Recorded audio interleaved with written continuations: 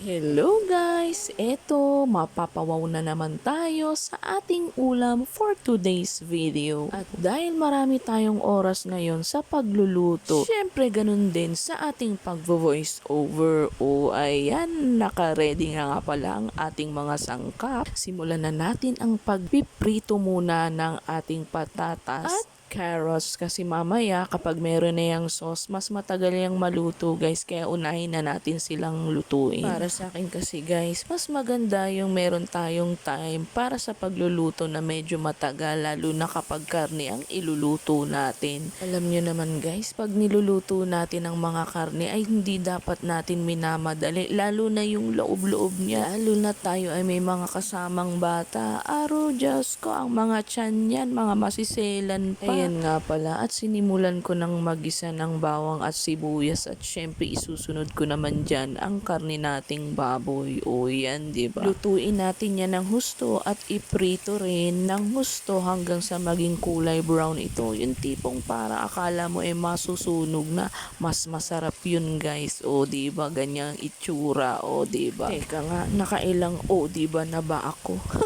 Nung mga nakaraang linggo kasi ay panay prito kami. Kung hindi naman prito ay may sabaw. O diba ngayon may sauce naman. At syempre tsaka naman natin ilagay ang ating prinitong carrots at patatas sa haluin. At mamaya-maya ilagay naman natin ang ating tomato sauce. Napakadali lang mag pork caldereta guys. Unlike sa beef caldereta ay talaga naman mapapagamit ka talaga ng pressure cooker nang dahil sa karne na napakatigas na baka. Unlike sa karne ng baboy, pwede mo lang pakuluan basta may part ka ng kasim o kaya ng liempo ay madaling lumambot. O di balagyan natin konting toyo para mas lalong lumasa at magkaroon ng kaunting kulay. Lagyan ng asin at ng paminta at syempre mamaya ay halu-haluin na. O ayan guys, huwag nyo nang pahirapan ang inyong sarili. Napakadaling magluto ng kaldereta. Pero syempre disclaimer lamang po, hindi po ako professional na chef. Etong mga content ko guys ay aking sariling natutunan lamang. Ayan, kanya-kanya tayong diskarte ng pagluluto. Syempre, diskarte mo na rin kung paano mo papasarapin ang iyong mga lutuin. Ayan, nilagay ko na nga pala ang liver o reno na magbibigay ng lasa sa